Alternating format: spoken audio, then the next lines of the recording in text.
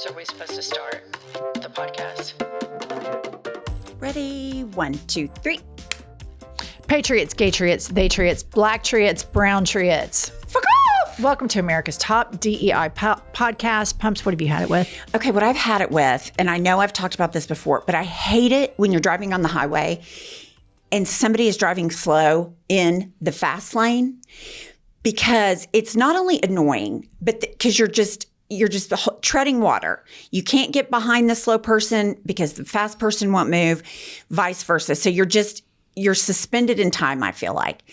And then I personally take it a step further and I start creating a narrative about that person. Like, this person is so stupid. Yeah. They don't know that you're supposed to drive fast and just pass in the fast lane unless you're going to drive fast.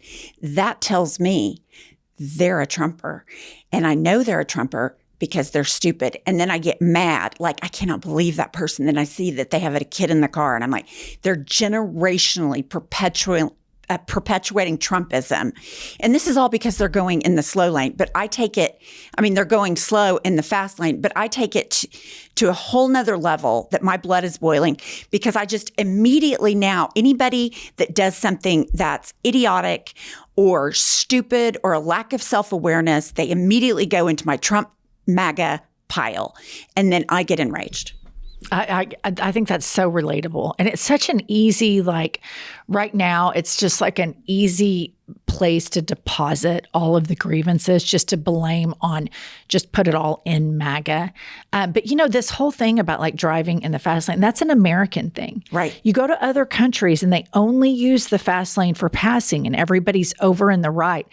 And I've noticed that the people that do the slow driving in the fast lane, with the exception of elderly people, which I kind of give a pass on. I do too. Is you'll see it's a guy like in a Ford F-150. Yes. And they're wanting the road rage incident, because you'll be behind him, you get 24 inches away from their bumper and they start slowing down and you finally get around them and they're like, with their hat. And it's just, I don't know what it is, this American machismo.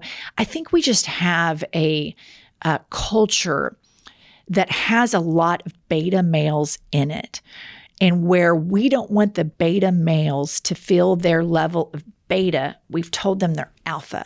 And right. Capitalism has offered them things that they can purchase to make them feel like they are big boys, like big trucks, big tires, nut sacks for the trucks, little eagle shirts, MAGA coded merch stuff. And then we've offered, a president that makes them feel like they're badass, when really that just, all of those things just show how beta they are, because all they do is follow what the beta herd is doing.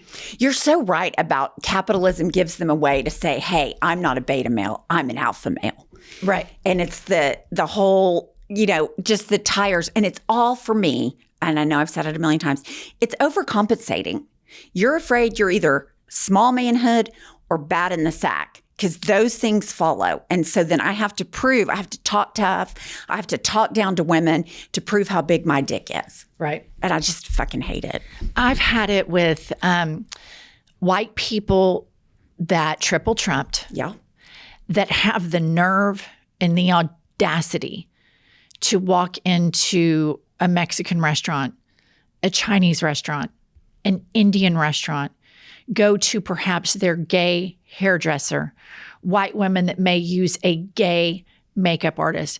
I really genuinely believe that if you triple trumped, then you are all about preserving the lack of culture in white America that has led us to where people go and Bible thump with their AR-15s.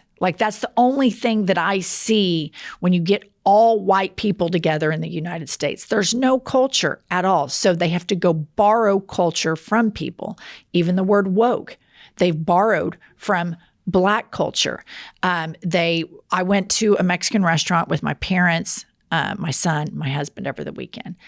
And there's just all these MAGA-looking people in there. And I thought, you've got a lot of fucking nerve coming in here.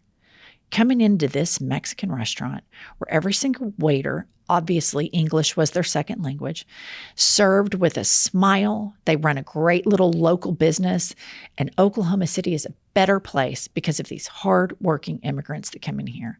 But I cannot imagine the horror they feel when they are driving to and from work, when they might have a hearing on their legal status.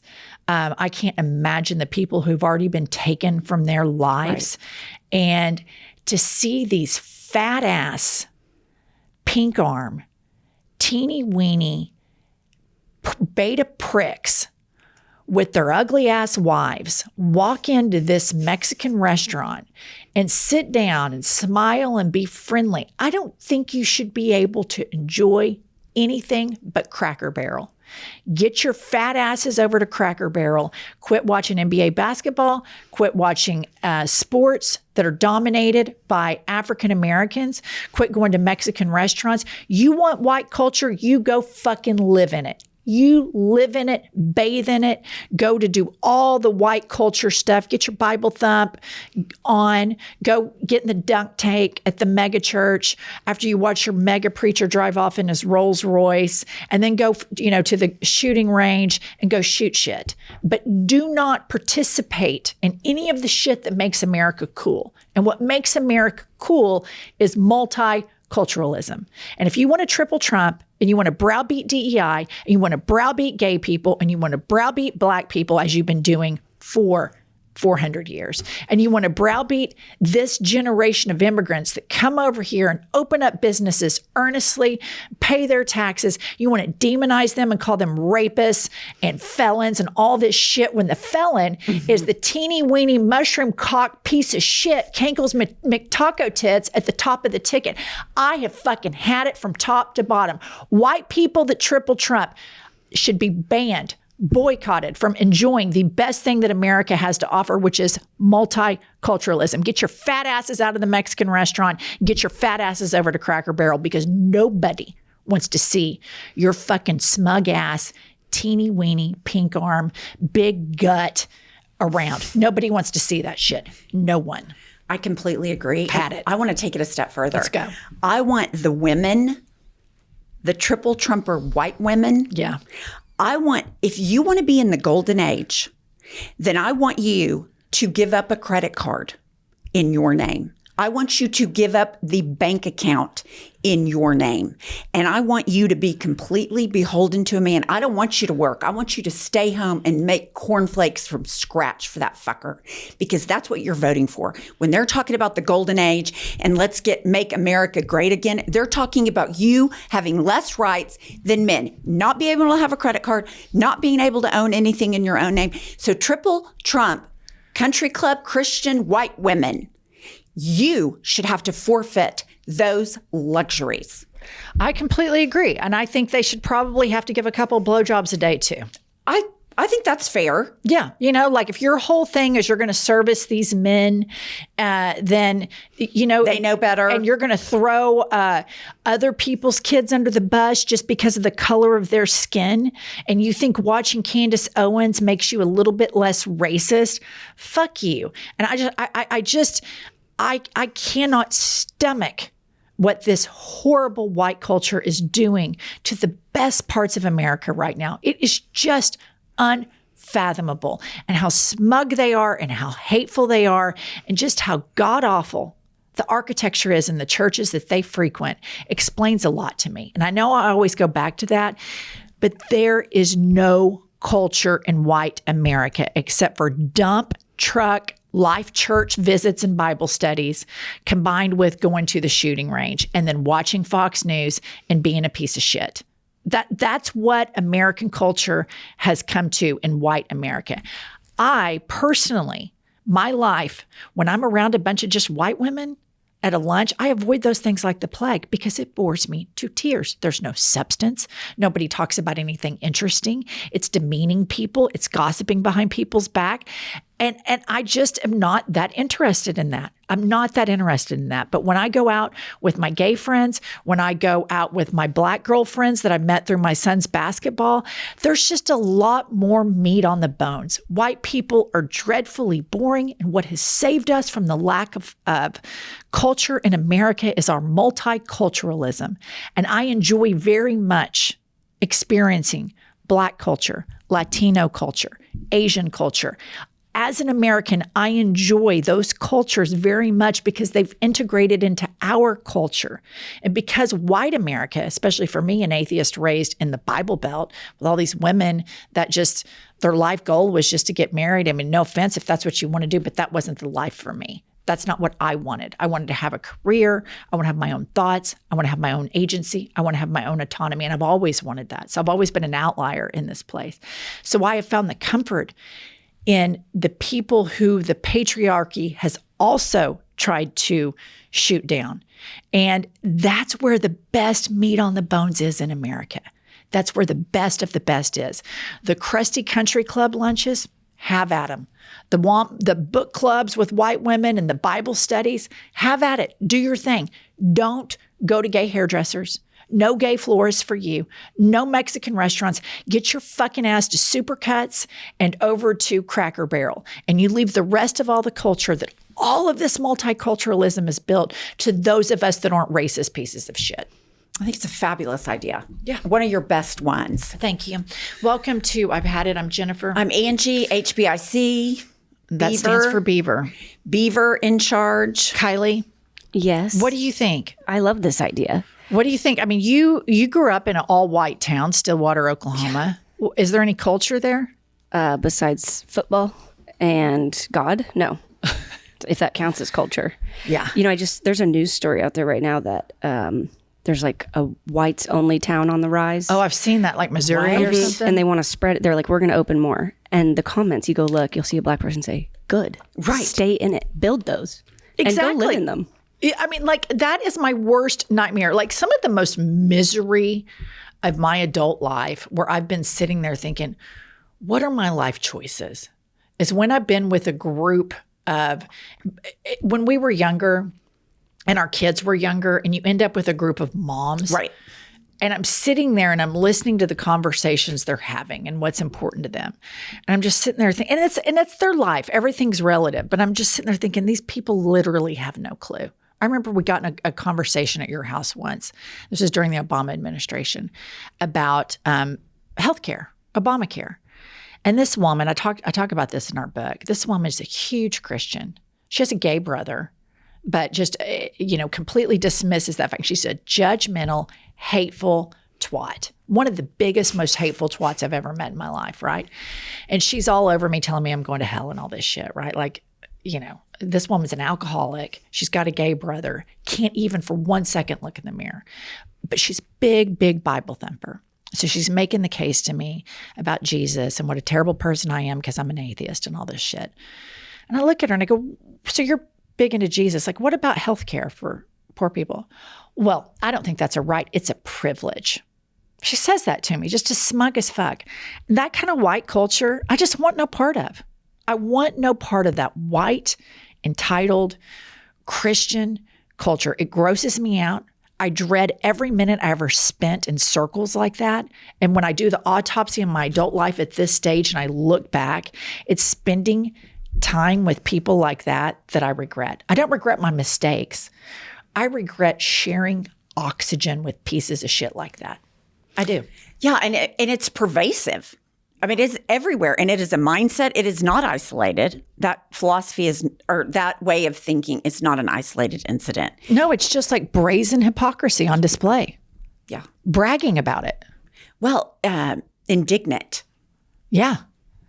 Just, I get to have it because I'm privileged. I'm chosen, and I'm better than other people. You see, especially in places like Oklahoma, it's such a void of culture. Just, and almost people brag about it. Oh, no, they do brag about it. Yeah, the lack of culture. Like, well, we're just down to earth, good people. We like our suppers, our football team, our God, and our guns. Our guns. Yep. Guns, it's just God and church.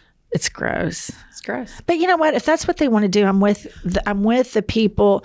If they want to have an all white thing, I think it's dangerous. I think it's fucked up. But at least we're not to go. Right. I don't ever want to go there. Right. Yeah. No, I agree. And who would want to be around those miserable fucking people anyway? Probably 77 million people. Yeah. Touche. Okay, I've got some reviews for you today. This one is for Mimo. It says, Mimo, was that you? And Kathy says, I recently participated in a 10K and could have sworn I saw Mimo racing alongside me. What made me think it was America's greatest legal mind? The racer was puffing on their vape while running a 10K, of course. Maybe it was you, maybe it wasn't. Either way, I love the pod. You keep this Les Triet sane in Trump's godforsaken America. First of all, I'm so flattered that she thought I could run a 10K, which I don't think I could even walk a 10K. And the vaping, it's a woman after my own heart. Yeah. Yeah. I mean, the vaping is... I think you're a bigger vapor than you were a smoker, and you were 3 packs a day Marlboro Lights. I completely agree because I can do it inside. Yeah. I can do it. It's in my bed asleep. I have one in bed, and if I lose it, there's one next to me that I can grab. Yeah. No, it's way It reminds worse. me of your youngest Luke when he was 3. With his passies. Yeah, so Angie's her youngest son, his name is Luke. He's a doll. He just had a birthday, so happy birthday, Luke. And he was so obsessed with his pacifiers when he was little. He would have one in one hand, one in the other, and one in his mouth, and he could juggle them in and out. And I would just, to fuck with him, because when you're a young mom, you're bored to tears, you're at home all the time with the kids. I would get a bowl and I would put all of his passies, there'd be 12, and I'd put it right in front of him like a bowl of chips. And Andrew'd be like, you're such a bitch. And I'd be like, I know, but let's just see what he does. I mean, he made sure he rotated them all in and out. That's you with the vapes. Yeah. No, it's an oral fixation for sure. Also, what he did when I'd say, Luke, you can't take your passy in here, he would take it in his hand and go, suck it, and then put it down. Take a bunch of big sucks off of it. Yeah, it was which is what I do. If I know I'm going where I can, I'm like, yeah, you have toddler-like instincts with your vaping. 100%. I can't defend it. You love it. You love it so much. I do. Okay, Kylie, any more? I've got one more 5-star review titled, How Did I Live Without You? And D. Matt Taylor says, as a podcast obsessive, I don't blow smoke, but this pod has to be the best. I listen to them all, but this is the most refreshing, honest, engaging, joyful, real, rattling content I need in my life every day. Thank you for stepping up and speaking up when our world is in disarray. I love you both so much. Please never stop bringing truth to the world. How nice. That's so nice. What a great review. 2 great reviews today. 2 great reviews. I mean, we'll be due for some negative ones, I'm sure. Okay, Pumps, I wanted to share this with you. I don't know if you've heard about it or not yet. There is an app called T that lets women anonymously review guys, and it has soared to #1 in the App Store. A new app called TEA, has gained rapid traction as a women-only platform for anonymously reviewing men based on dating experiences. The app was inspired by what the creator described as his mother's experience being catfished and unknowingly dating men with criminal records. Wow, I think this is a fabulous idea. It's triggered a backlash, particularly from men who say it promotes unverified allegations and causes reputational harm. Some have threatened legal action, citing concerns over privacy and defamation. The platform also suffered a data breach on July 25th, with personal information reportedly leaked on 4chan, according to 404 Media. So, in theory... when you think back to being young and dating, and it's not spoken about a whole lot, but when I think back to how horny men and how diabolical they can be to get laid, when you think back to being in your 20s. Yeah. And how they can put on this charm offensive and tell you everything that you want to hear. And so then you start sleeping with him. And then you find out he's got 3 or 4 other side pieces. Right. And then you're like, what the fuck? He is such a piece of shit. And he perfectly made himself your, perfect prince in your stupid, young, naive world you're thinking of. So in that regard, I can think about us, younger and going, oh my God, this guy, spilling the tea on the app. But I can also see somebody getting a guy that's probably about maybe a C plus B minus morally. Okay. He's not that great, but he's slightly above average, but he really broke your heart and you want to make sure nobody else dates him. I could also see a group of girls talking into, let's just rip him on the tee. Of course. You know what I mean? Hell hath no fury. Yeah. No, if everybody did it in good faith, I think it's a great app. But, right. And I'm not saying if I were dating and I did that, I'm not saying I wouldn't fall prey to not being in good faith. But I do think it's a really powerful tool because men are such liars. They also have that, are we dating the same guy kind of thing where you post the picture and it's supposed to be just women and I personally have not been on it. People have showed me like, oh yeah, 3 people were dating. He said he was single. He was married, like all the things. Because I think men have had the advantage for so long that they get the benefit of the doubt. And so I think it's good that women have this, but I do see that it could be taken too far. And I personally could take it too far. Well, and I'm thinking about like not where we are right now, but think about like you're about 24 to 27. 100%. Okay, and your whole social life is like, okay, we're going out. And it was before social media for us. You go out, you go to bars, and it's all about mating rituals. Like, I mean, that's just your number one go-to. Well, that's what this generation is doing. And their mating rituals, bizarrely, a lot of them are happening online through these apps. And I could see a girlfriend, if I'm really honest, we're drunk, maybe smoking a little weed. Yes. And she's like, and this motherfucker, he fucked me, and then he left my apartment, and then he went and fucked her, and then he came back and crawled in bed with me, passed the joint around, you take another shot, and it's like, let's fucking light his ass up. Now, here's the thing.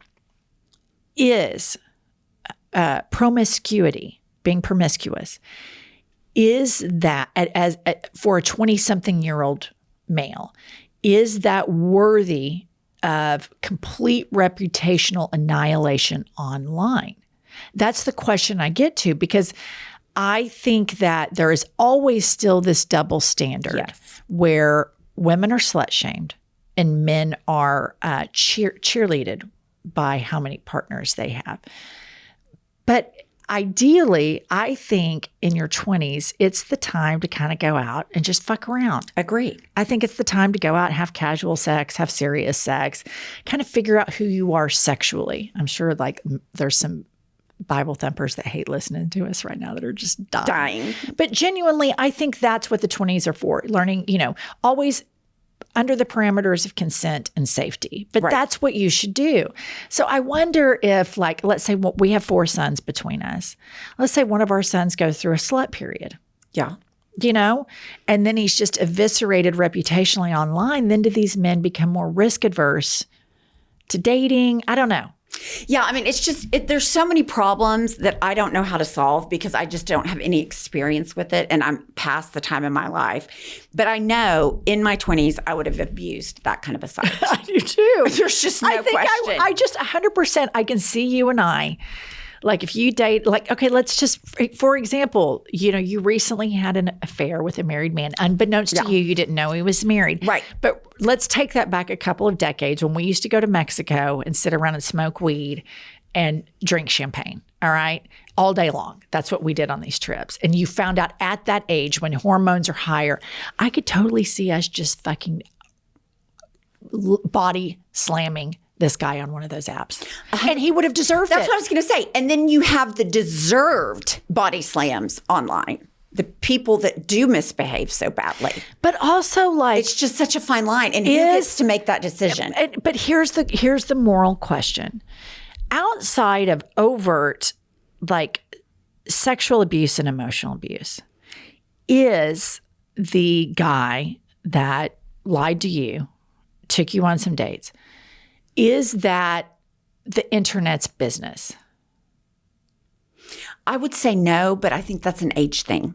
Because I think, as much as I hate infidelity, as much as a skunk as I think that guy is, I don't think he is an emotional abuser or physical abuser or any of those things. He's broken and he can't keep his dick in his pants. There's no question about that, but welcome to the human species. Right. So I guess that's my question about this whole thing is people are flawed and people cheat and do these things. But is it worth having this paper trail? I just don't know. Yeah, I cannot. I see how it could be good, how it could be useful, how it could spare someone. Like if somebody gets on there and they're like, oh yeah, that happened to her.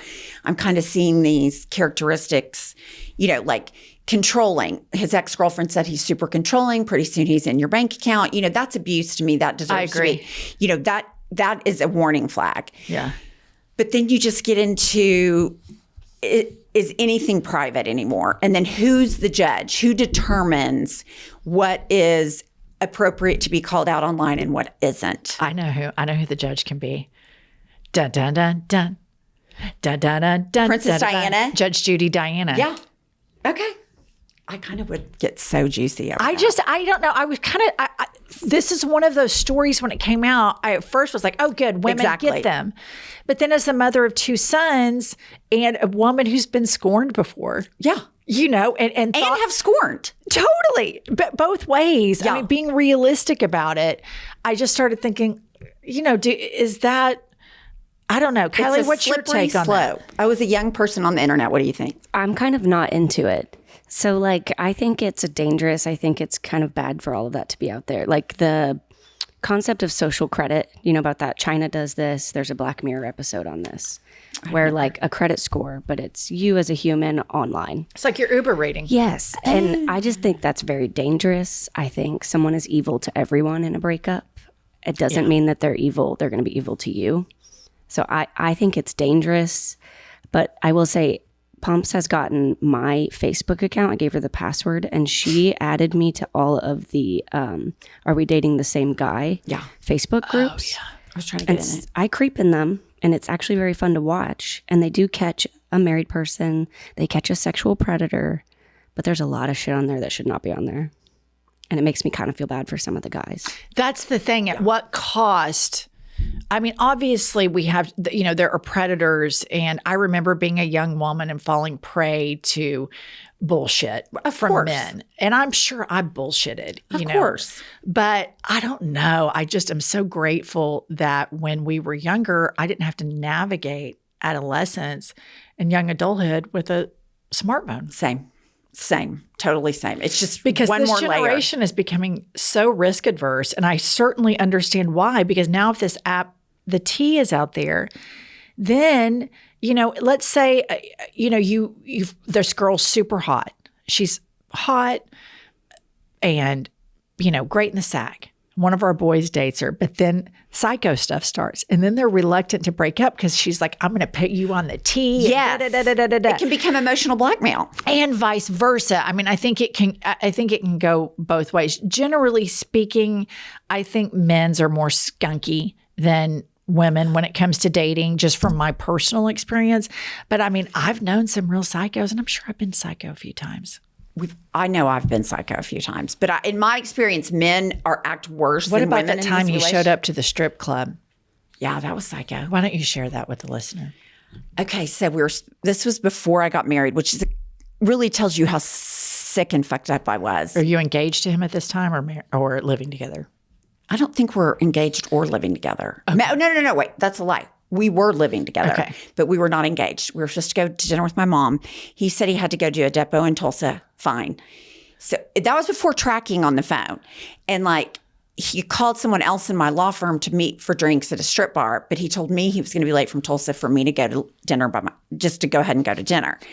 So being a fucking nut that I am, I take my car and I go straight to the strip bar and I park right in front. and there was a camera, which was unusual in those days. I mean, this is like 30 years ago. So this was unusual. Ages ago. And so there's a camera looking down on who's getting in, and they won't let me in. And then I start going into all this, it's a free country, you can't keep me out, like just making the biggest horse's ass of myself.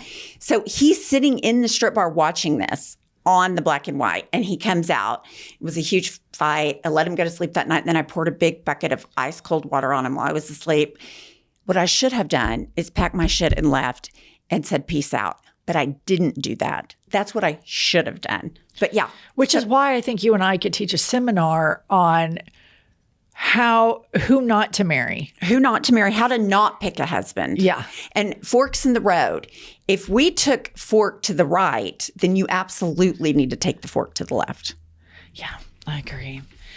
All right, listen up. We have a guest today on this podcast. But before I introduce her, I do want to tell everybody that you still have time to get the summer's hottest reading book there is on the planet.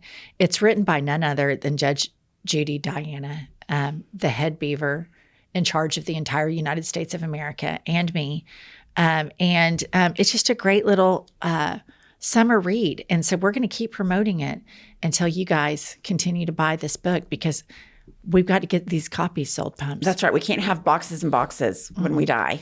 All right. So today we have a guest. Her name is Sami Sage. We have been on her account. She is the founder of Betches Media and Betches News, the host of award-winning daily morning announcement podcast, the author of the New York Times best-selling book, Democracy in Retrograde, How to Make Changes Big and Small in Our Country and Our Lives. Let's welcome to I've Had It, Sami Sage.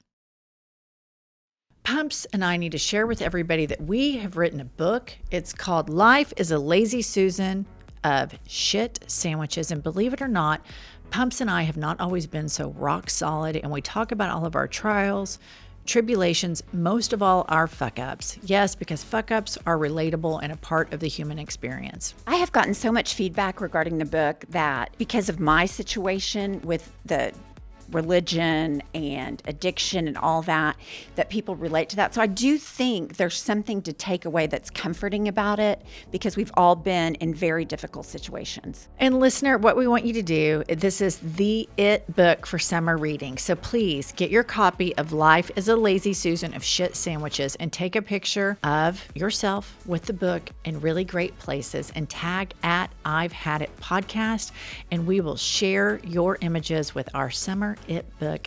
You can buy it in bookstores. You can buy it in the link in our bio. You can buy it at Target, Walmart, Amazon, etc. All the retailers. Happy reading and happy summer. This episode is sponsored by BetterHelp. You guys, it is so hard to find mental health advice online because there's so much on there. It's hard to distinguish what's good, what's not. How does it affect my decision making when I read this on one site and this on the other? So it feels like there's advice for everything: cold plunges, gratitude journals, screen detoxes. But how do you know what actually works for you? I'll tell you what works. Trusted resources and talking to live therapists can get you personalized recommendations and help you break through the noise. With over 30,000 therapists, BetterHelp is the world's largest online therapy platform, having served over 5 million people globally. And it works, with an average rating of 4.9 out of 5 for a live session based on an over 1.7 million client reviews. It's convenient too. You can join a session with the therapist at the click of a button, helping you fit therapy into your busy life. And you can switch therapists at any time with no charge. Talk it out with BetterHelp. Our listeners get 10% off the first month at betterhelp.com/hadit. That's better, HELP.com/hadit. I'm so done with people acting like low sex drive is just a part of aging. Like, oh, you're in your 40s. What did you expect? I expected to still want sex. Thanks. Exactly. And that's why there's Addi. It's the first FDA-approved little pink pill for certain premenopausal women who are bothered by a low sex drive. Addi helps bring back your libido. It helps you feel like yourself again. Yes, it's real, it's researched, and it's not just part of getting older. It's something you can treat. Go to Addi.com to learn more. ADDYI.com. Addi, or flibanserin, is for premenopausal women with acquired generalized hypoactive sexual desire disorder, HSDD, who have not had problems with low sexual desire in the past, who have had low sexual desire no matter the type of sexual activity, the situation, or the sexual partner. This low sexual desire is troubling to them and is not due to a medical or mental health problem, problems in the relationship, or medicine or other drug use. Addi is not for use in children, men, or to enhance sexual performance. Your risk of severe low blood pressure and fainting is increased if you drink 1 to 2 standard alcoholic drinks close in time to your Addi dose. Wait at least 2 hours after drinking before taking Addi at bedtime. This risk increases if you take certain prescriptions, OTC or herbal medications, or have liver problems, and can happen when you take Addi without alcohol or other medicines. Do not take if you are allergic to any of Addi's ingredients. Allergic reaction may include hives, itching, or trouble breathing. Sometimes serious sleepiness can occur. Common side effects include dizziness, nausea, tiredness, difficulty falling asleep or staying asleep, and dry mouth. See full PI and medication guide, including boxed warning, at addi.com/PI. Addi. ADDYI.com. All right, I think she's joined us. Let's welcome Sami Sage, our friend, to I've Had It podcast. Sammy, welcome to I've Had It. We're so happy to have you on. Hi, I am thrilled to be here. I love you guys. And I can't wait to tell you what I've had it with. Ooh, dive right into it. What have you had it with? Dive right in. Text messaging scams. I had one this morning. Do you get these a lot? Like, All the I am time. just so sick of hearing that my package has been, delayed, or hearing that I have a ticket that I'm going to be arrested for not paying, or, and I just have to tell you what happened. A few weeks ago, I actually got texted by one of the scammers. He must have been new at the Scam Factory or something, because he accidentally made a text chain with a bunch of other people. So we were all like on it, and people were writing back like, "Oh, you fucked up," like, "Why are we all on here?" So it was, honestly, I'm just tired of getting texts from, and having like half of them be from not people that I know. It's really picked up lately, and I've gotten a lot of scam phone calls lately, like spam or whatever. It's just like it's picked up like 3 and 4 and 5 a day now. You know what it is? Trump's America. I mean, they're just beholden, these spammers and these scammers. And we blame everything, every little thing that happens in our personal lives, or in a larger scale to the country, everything. We're like, thanks, Trump. Yeah. Well, you're not wrong. I mean, he's basically made white collar crime not a real thing anymore. But I do have to say, I get a fair amount of these texts from Democratic organizations asking for money. So I don't know. I think it is Trump's America. It's this obsession with money and exploiting people and degrading their experience of life at any cost, because it costs nothing for them. And for us, it really costs a lot. Totally. Okay. I want to talk to you about something that I think is super important. And I think that you're a good messenger to help navigate through this. So it's the whole Israel-Palestine issue. And when you're like us and you live in red state, middle America, you don't really have a whole lot of diversity in your city. You don't really kind of know what the whole thing's about. And what I'm telling you right now, millions of American, even Democrats, don't really know what the whole thing is about. And then you start seeing these images coming out of Palestine. And then you see Benjamin Netanyahu, who just seems to be like a fascist, right-wing, unlikable, smarter version of Donald Trump. But then you're scared to speak about it because I have Jewish friends. You're Jewish. You're scared to speak about it because you feel like then everybody's going to be like, you're an anti-Semite. And so it feels like everybody's just kind of like stuck and silenced about being able to speak about it. And then I see this Zoran Mamdani, who like, oh my God, here's the answer to all of our problems as Democrats right now. This is what we need to do. We need to go left. We need an economic populist message. The whole party is going to get behind him. And then you see Cory Booker and Hakeem Jeffries lollygag around, and they won't even endorse him. And so I just want to, number one, as a Jewish, liberal, progressive person, what is your take on all of this? And what can you tell people and this is something the left is going to have to realize. A lot of people, Americans are ethnocentric. A lot of people don't give a shit about it. I do when I see that suffering, but a lot of Americans that live in flyover states are just kind of like, we have starvation here too.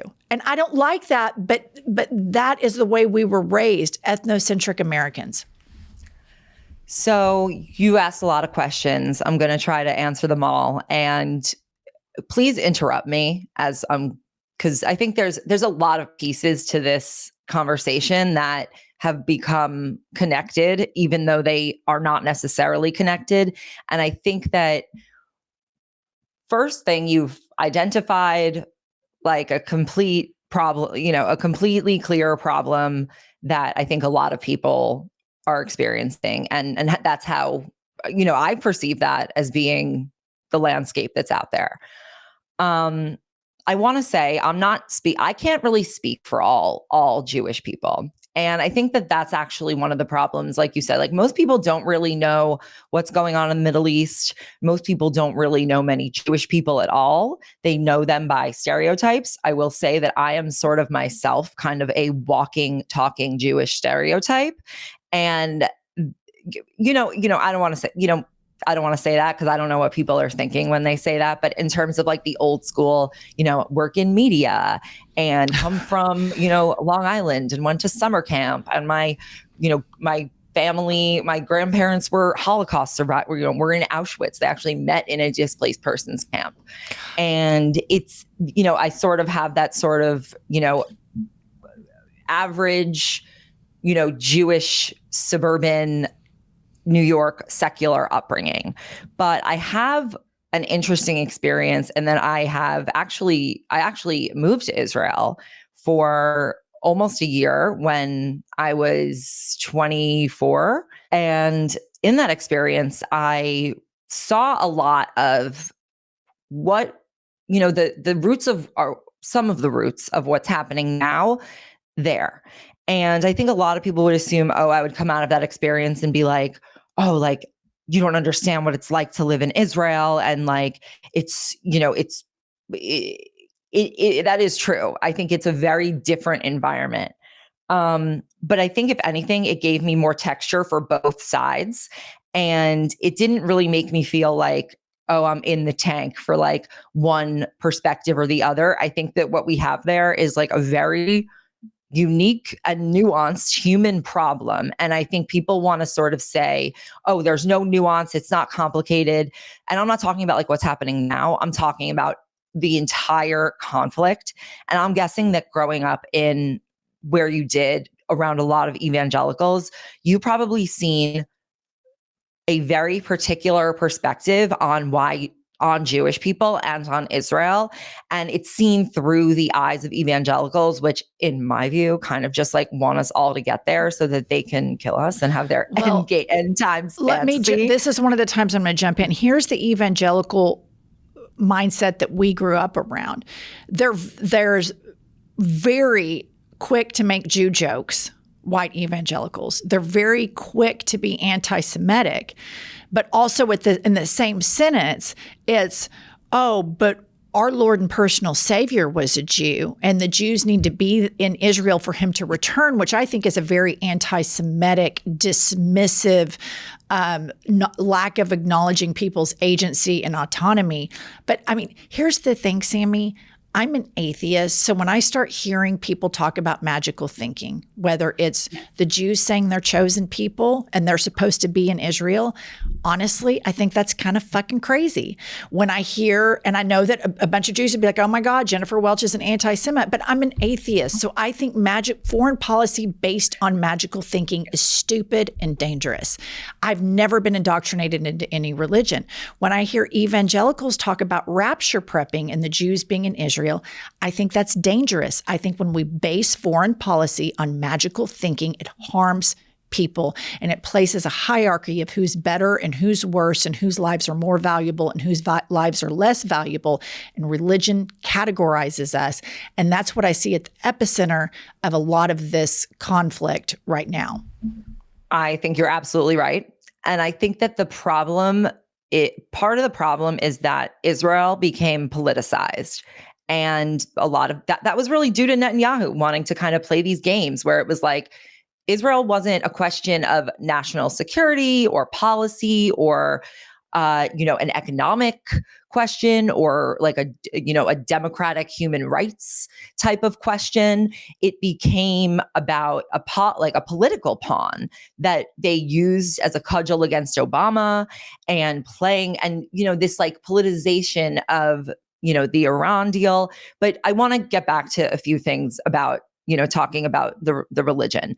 So I have an interesting feeling about religion because having been immersed in it, I really feel a strong separation between organized religion and religious practice and spirituality. And I think that spirituality is something that can cross all religions. And I think that the kind of core tenet of it is what ultimately has drawn people to religions in the first place, but it ends up getting corrupted by people who want to give it structure and turn it into essentially like a high control group and a business. And a business, of course. Yeah, where we have major church businesses. Yeah, right, of course, and boycott mega churches. Where but I think that that's an exploitation of like a natural human yearning to feel a part of something maybe that you can't see or like a higher purpose. And I think that that's something that could really only happen in someone's like own mind and own home and their own family.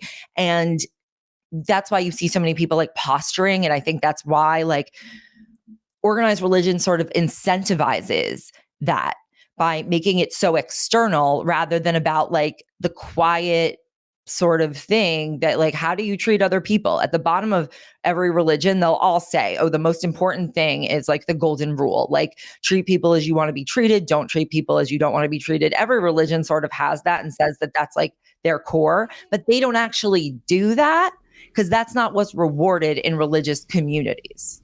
So what I want to jump into right now is, as you spoke about like Jewish people are not a monolith. And you see protests, some in Israel, where people are, not in our name and they don't want this war to go on. But you see that this Netanyahu has really the only bipartisan stuff that I see in the United States Senate and Congress right now is support of Israel.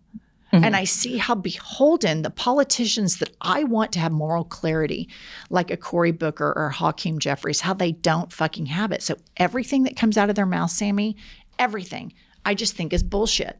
I think when Cory Booker goes off about immigrant children getting deported, but he votes to send bombs to Israel, to a maniac, Benjamin Netanyahu, I just think it's so morally depraved. But again, it's a really difficult thing to tiptoe and walk in because everybody feels like they're on eggshells, that your Jewish friends are going to say, you're anti-Semitic. It's like, I'm not. I know how daunting it must have been to grow up with the trauma of the Holocaust. I've been to Dachau. I've studied this. When I was in London and I saw Cabaret when the guy took off his jacket and it showed that he had a swastika on his arm, still to this day, and I'm not Jewish. I was like, oh, like just seeing the swastika just made me go. But then I think this, Sammy, how are the people that this happened to? How are these people doing this to Palestinians? And everybody dicks over the Palestinians. I was researching it and it's like Arab countries dick them over, Israel dicks them over, the United States dicks them over. Nobody fights for the Palestinians.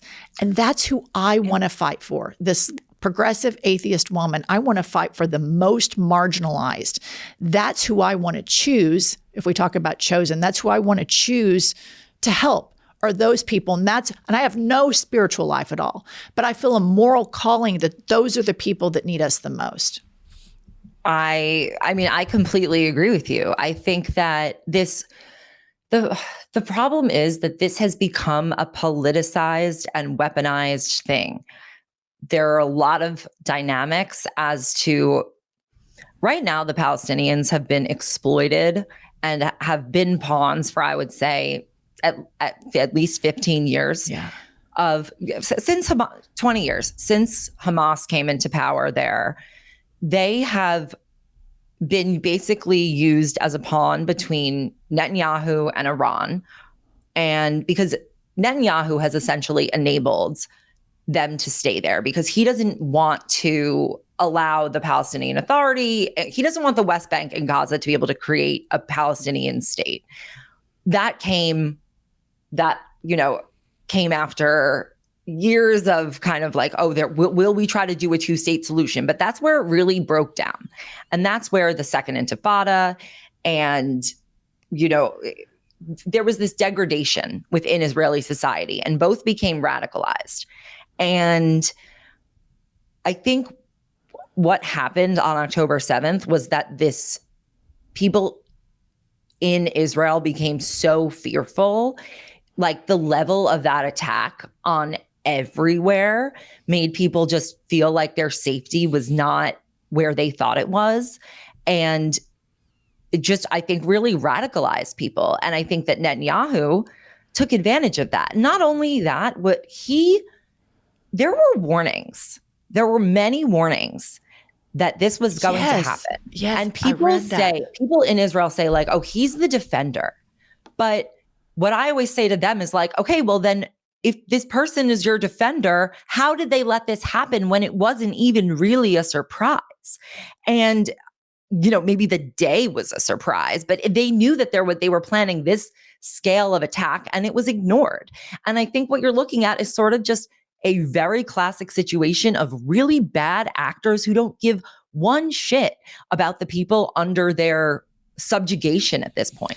It reminds me of Dick Cheney using 9/11 to go into Iraq. I mean, it's the same thing. Once you get the public scared and think that this is in the interest of national security and safety, then you can lie to them.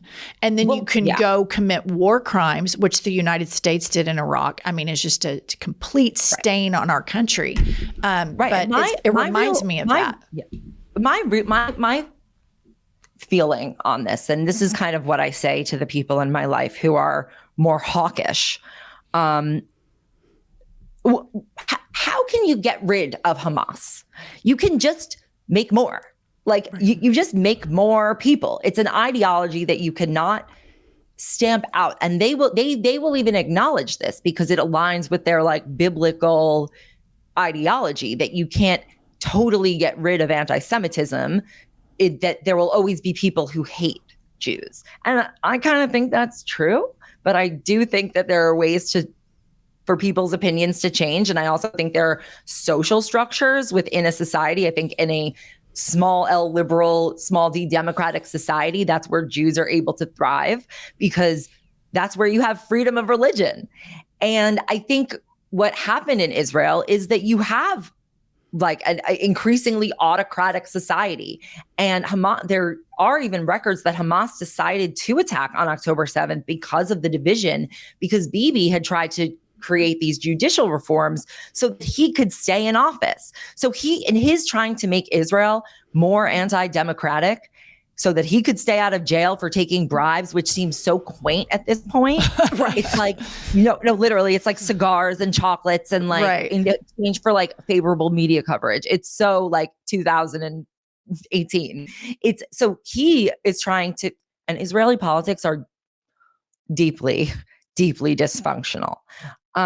He was trying to stay out of he was trying to stay out of prison and not be tried. And because of that, because he was threatening to make these constitutional reforms, you had so many protests. People were the most against him they've ever been. And you had people threatening to not go to the military. Everyone in Israel has to enroll in the military or in some sort of like state service, or they get an exemption if they're studying in yeshiva, which is actually the wedge issue that might threaten to collapse Bibi's coalition in the end, if that's even possible.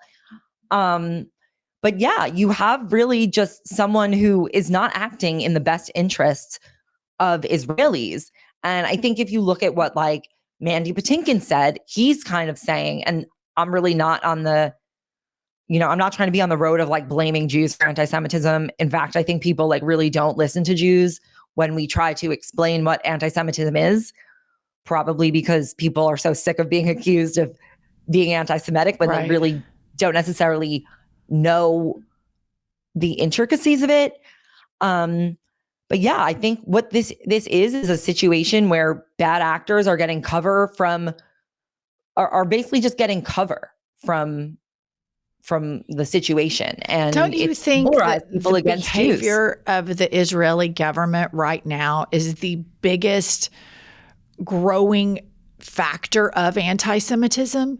I mean, because I don't see how you could point to anything else. Right. And many will, I don't want to get into like the victim blaming of it all, because I think that that's sort of like, but I don't think in this instance, they're the Israeli government is not the victim. They are propagandists, liars, perpetrators, murderers. They're starving people, even their own hostages. Or when you starve the population, then you're starving these hostages that you claim to want back. And at the end of the day, you speak about a lot of the things because you're a Jewish American and you've had this experience that you said is a typical of a Jewish American.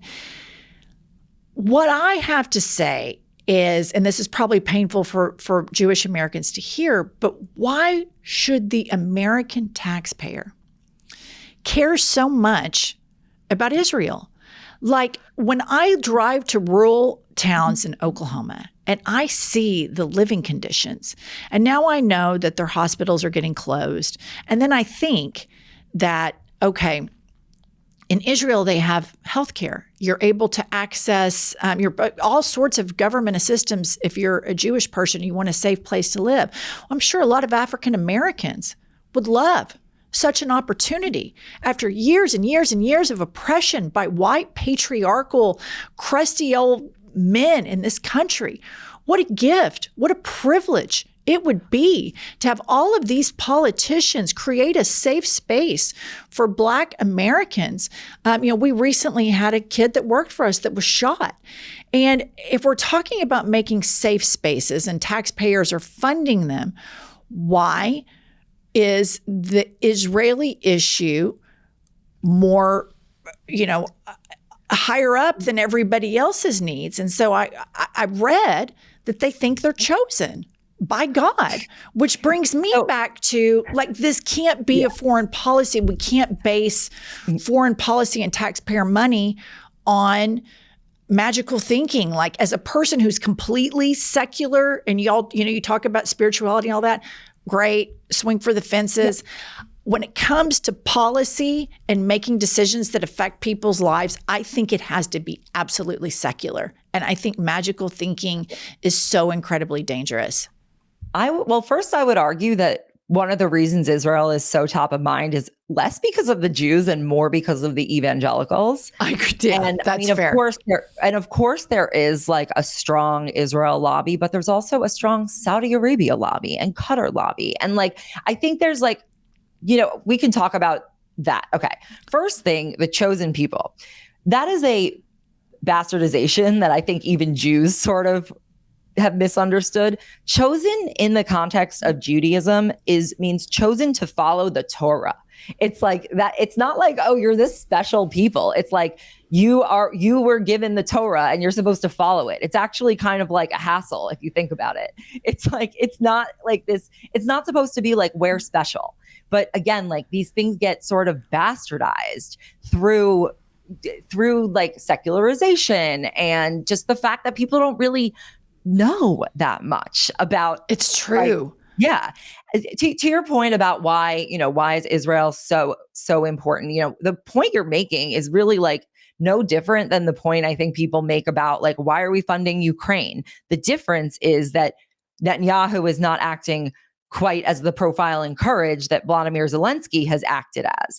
And that I think that wasn't always the case with the American-Israel alliance. And to your point about, how people have a place to go in Israel, I would argue like America should be making reparations of some sort to Black people. Like whether or not it's like payments, there should be like, why aren't there sort of like tax breaks or student loan repayments, perhaps? I think I know the answer to that. Yeah. Racism. Yeah. Ding, ding, again, ding. Like I think that like the evangelical support has been in America. Like it's because America is kind of like a Christian nation. Totally.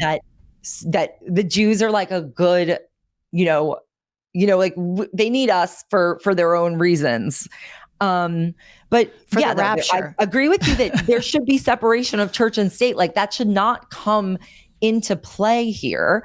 But at the end of the day, like what has all of this achieved for the Palestinians, for Jewish people who feel really unsafe in America? And I think I can maybe like explain that a little bit better so that you maybe don't feel like maybe people will be a little bit more understanding of how, like why Jews feel like everything is so anti-Semitic. And I think sometimes like people like overplay it. Like I know there are people who would think that your point of view is anti-Semitic. I really don't believe that. I don't feel that you are. Like I know that you're like, you just want everyone to feel fair, everyone to live free, be able to practice their religion and not have another's imposed on them and also not be killed. I think that the situation is, the way I see it as somebody who's in the middle of the country and have conversations with other liberals / progressives in my state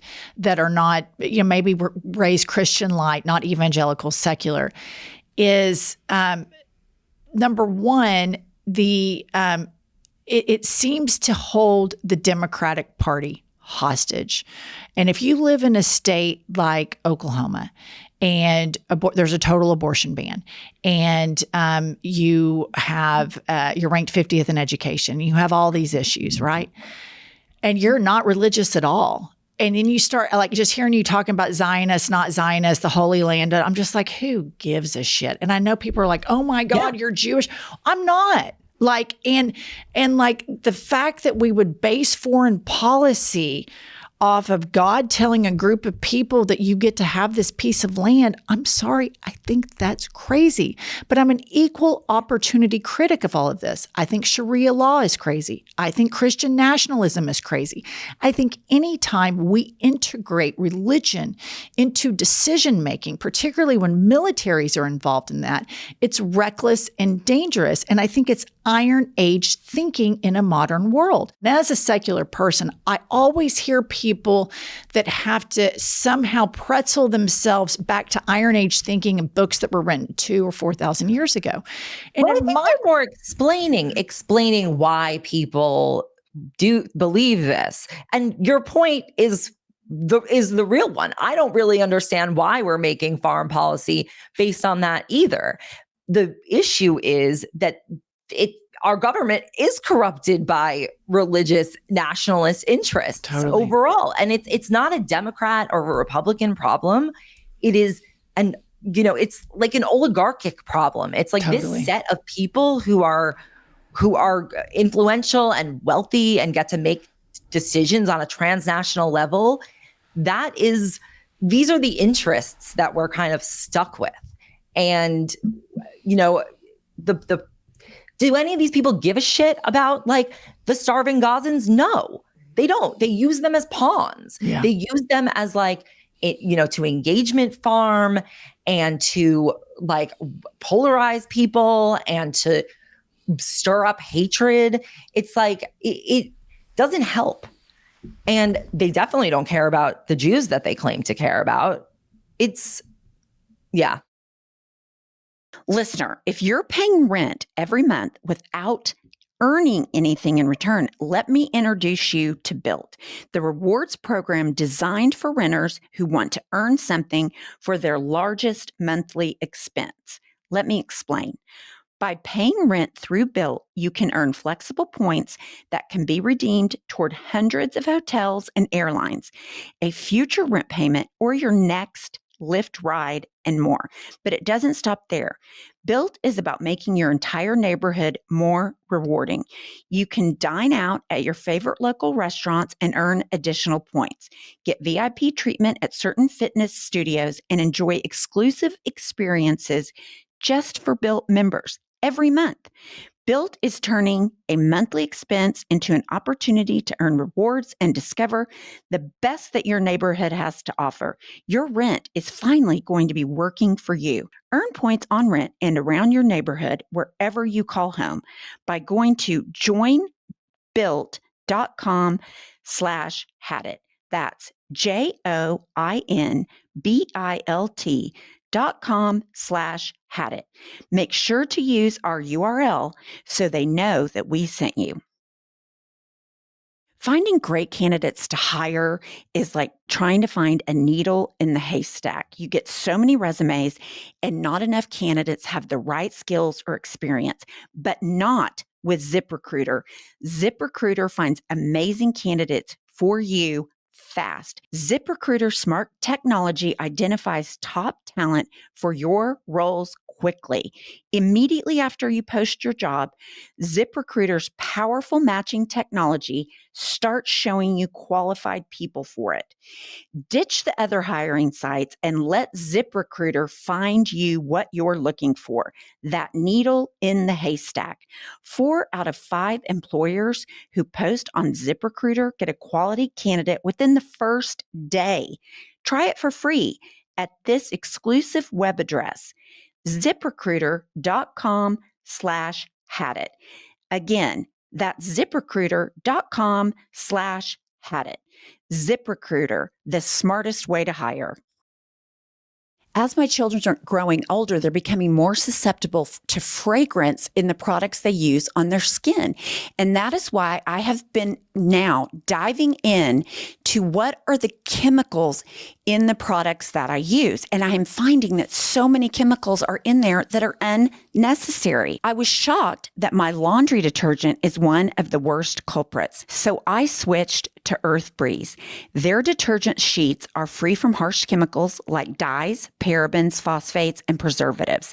And they're way easier to use. No heavy plastic jugs, no mess, just a pre-measured sheet that dissolves in seconds. I feel so much better knowing I'm not exposing myself and my kids to those unnecessary toxins. And my laundry still comes out fresh and clean. If you want a gentler clean without harsh chemicals, switch to Earth Breeze. They're also backed by a 100% money-back guarantee. So basically, you are trying it risk-free. Right now, you can get 40% off with your subscription at earthbreeze.com/hadit.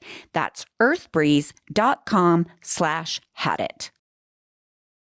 I feel like a lot of people are pawns in the thought that like you would feel unsafe as a Jewish person in America.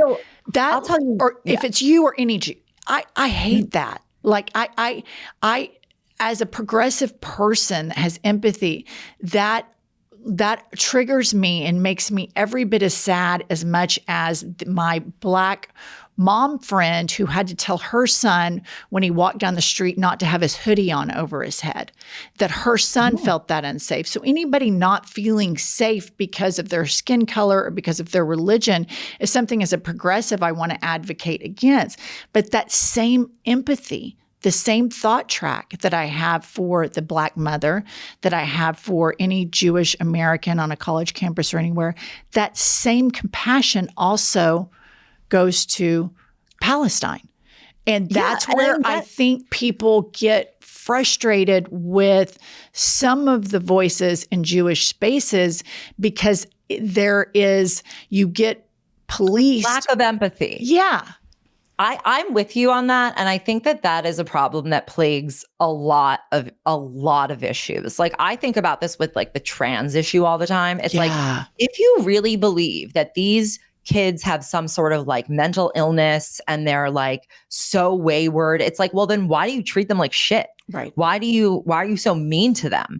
It's like, there's this lack of empathy and it's like this sort of like giddiness at spurning like the value of life. And what I think is that is very antithetical to Judaism and Jewish practice. And it's like, and it kind of kills me when people bring up like, oh, what about the hostages? It's like, yeah, Netanyahu didn't give a fuck about the hostages from day one.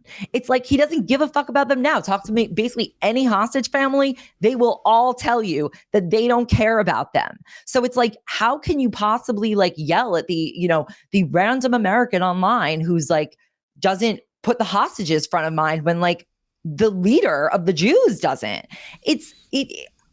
I completely am with you. And to me, it physically hurts me when I read comments from, Ben Gvir and Smotrich. I'm like, it physically hurts me. And that's where I come from too, where I'm like, where I feel the same as you. It's like, even if, I'm not privy to the Israeli military secrets, but I do know that I wouldn't ignore warnings of such an attack so that I could keep myself in power, because I think that I can now use this as a weapon. If I actually cared about life, anyone's, I would try to prevent that and not, warmonger further in a land grab.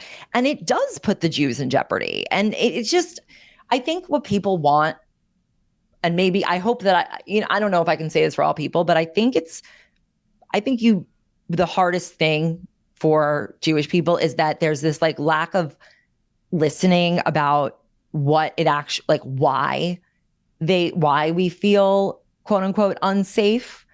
And it's that there are so many people who do confuse or purposely confound Israel and what the Israeli government's doing as with just all Jews, as being representative of all Jews.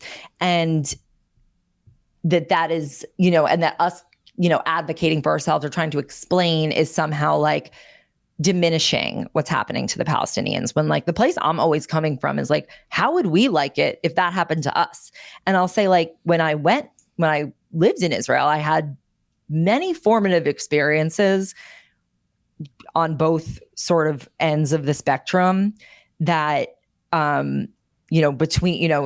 between Palestinians and Israelis, that made me just feel like, how would you each like it?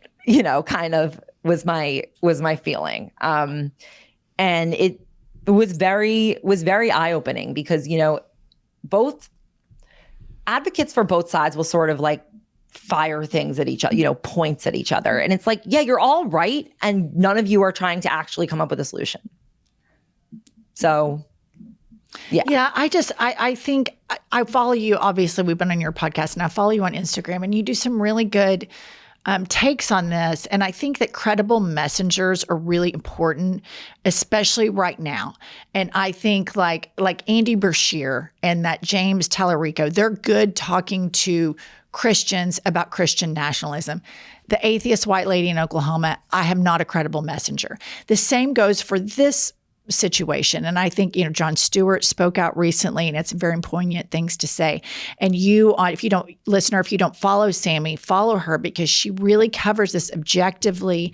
And it shows you that any sort of thinking that we have where the sentences start with, oh, the Jews, blah, blah, blah, and you lump people together is the same thing as lumping any other group of people together. They're not a monolith. Because I think when this originally all first started happening, I was skeptical to speak out on it because I do have a lot of Jewish friends. And quite frankly, they're a lot of my very favorite people. And politically, I've always, in Oklahoma, you've got these right-wing Christian nationalists, and the Jewish people in our state have always, supported progressive causes, supported a woman's right to choose, been huge allies for the LGBTQ plus community, much more humane and empathetic people than all of the evangelicals I grew up around. Were really, truly some of the cruelest people. I mean, always told me I was going to hell, always trying to convert me. Jewish people in my lives were like, we don't even believe in hell. And I was like, oh, I like that. Well, we don't have to recruit anybody. I was like, oh, I like that. And so I think that there is a time right now where probably Jews are going to feel uncomfortable And some of that discomfort is warranted because of when injustice is exposed, it's uncomfortable. But then there's also a safety issue where, I've seen firsthand and been in white WASP circles a lot where I hear racist stuff, where I hear anti-Semitic stuff. I've heard it my whole life, Sammy. And I could go into a country club right now and I'd hear that stuff. And so I just think you're a really good voice. And I want to amplify that there are people that are Jewish that see the same thing that everybody else sees and connect our sense of humanity.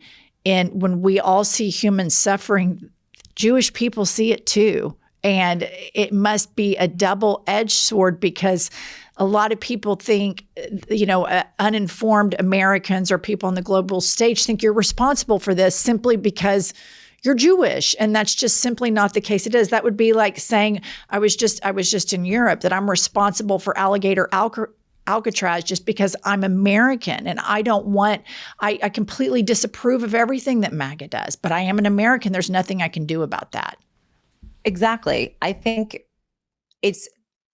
I know this because a lot of people come to me and say, thank you for speaking this way. Like, I agree with you. It's hard to articulate because there's really no, it doesn't feel good.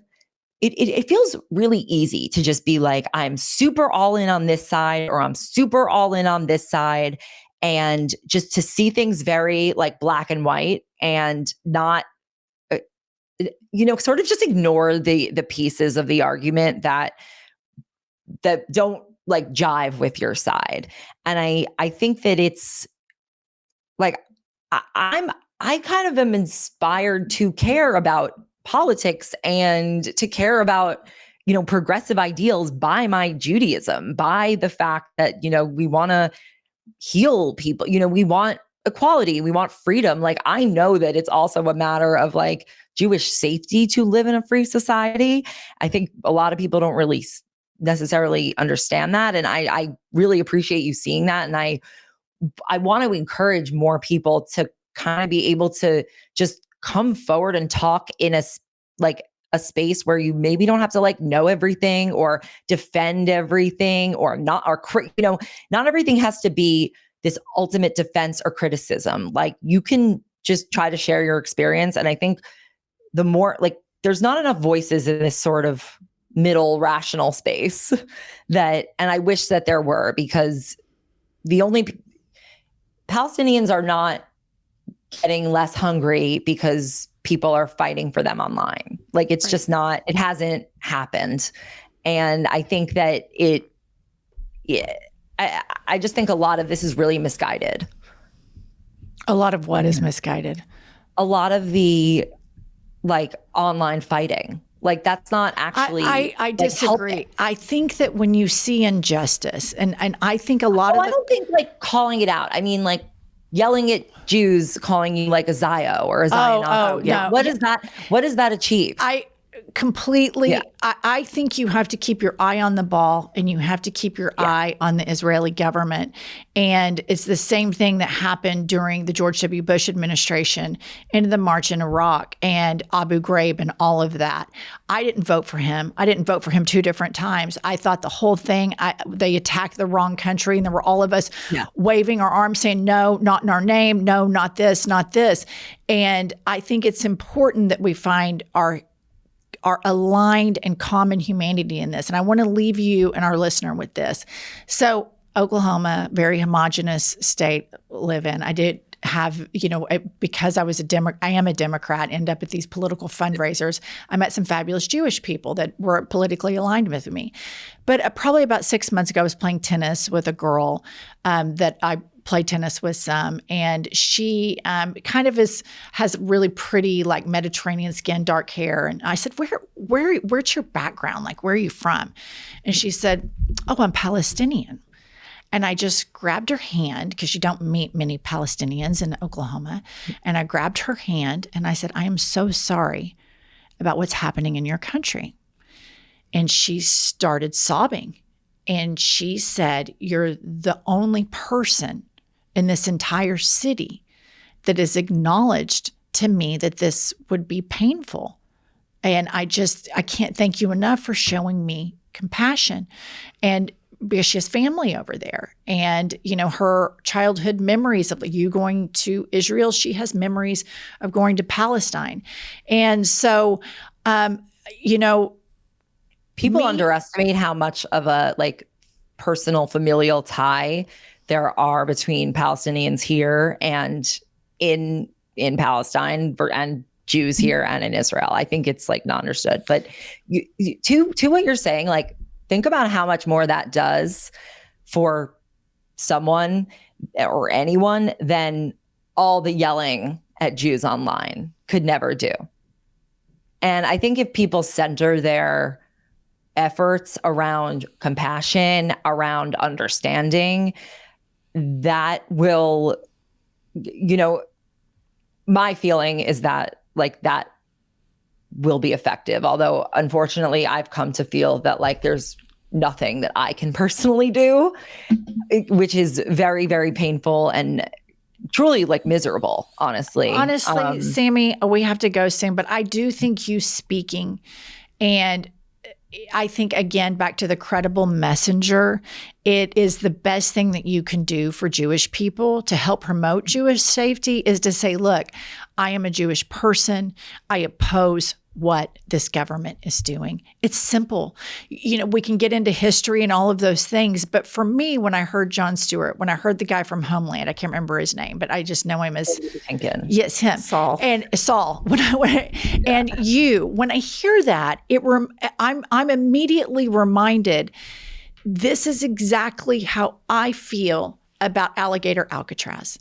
I oppose it. Every ounce of my DNA opposes it. So I think the best thing that you can do is come on to spaces like this. We have obviously a very progressive listenership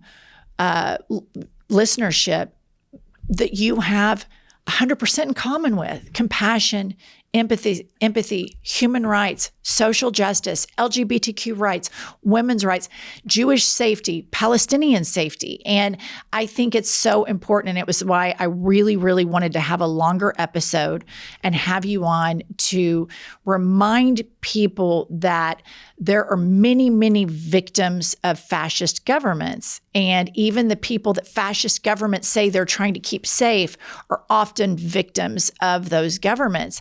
And so I can't thank you enough for coming on. I think it's uncomfortable, but I think we all have to talk about this because it is really captivating American politics right now. And it's just wrong what we're seeing. Thank you. Thank you for having me. I'm happy to, try to elucidate to the extent I can. And, I hope I didn't say anything that, comes across misunderstood or, offended anyone. I'm happy to talk about it and hear feedback, because I feel like it's the only way that you're going to come to a broader understanding. I agree. I completely agree. And I think that's what these spaces are made for, podcasting. I agree. They're made to have these types of conversations where we learn about each other from each other. I agree. Sammy, we love you. Mwah. Mwah. All right. Have a great day. And thanks so much for coming on, and we'll text you next time we're in New York. I think that's a really brave thing that she's doing. I think it's just incredibly brave, because it would be it's such a powder keg, this whole issue right now. And, you would just kind of want to stick your, just I just want to stay out of public. Everybody's so riled up about this. And there are many, many progressive Jews that oppose, with everything in them, all of this bullshit and war crimes and genocide that Benjamin Netanyahu's doing. And it would be a very uncomfortable space to be sitting in. So I think her messaging is so important. I think it's so important. And she leads with empathy for everybody. And I think that's what we're missing in the United States and in Israel. And I think it is so important to make the distinction between the government of Israel and the people. And they're different, they're just as radicalized over there as we are here. And the lack of empathy here, and the difference between a Christian nationalist and being rah-rah for alligator Alcatraz and then being a liberal person. I mean, it all boils down to empathy when I see it. Like these corrupt governments, they're all about money and oligarchy, lack of empathy across the board. Yeah, I agree. All right. Thanks for tuning in for our long, extended podcast today. Pumps, tell them. We will see you next Tuesday and Thursday. I'll tell you what I've had it with. Let's hear it. I've had it with that. Listen up, patriots, gaytriots, and natriots. We have a new podcast that has dropped. It's called iHip News. It's Monday through Friday, every day, 15 to 20-minute hot takes on the political landscape of the United States of America, always served with a side of petty grievances. We are on all the available platforms, Apple, Spotify, Google, whatever you get your podcasts, and YouTube. Please go rate, subscribe, and review so that we will chart upwards with America's greatest legal mind. Pumps, what does an eagle say? Caw-caw! A little bit more enthusiasm. Caw-caw! That's it. That's Caw-caw!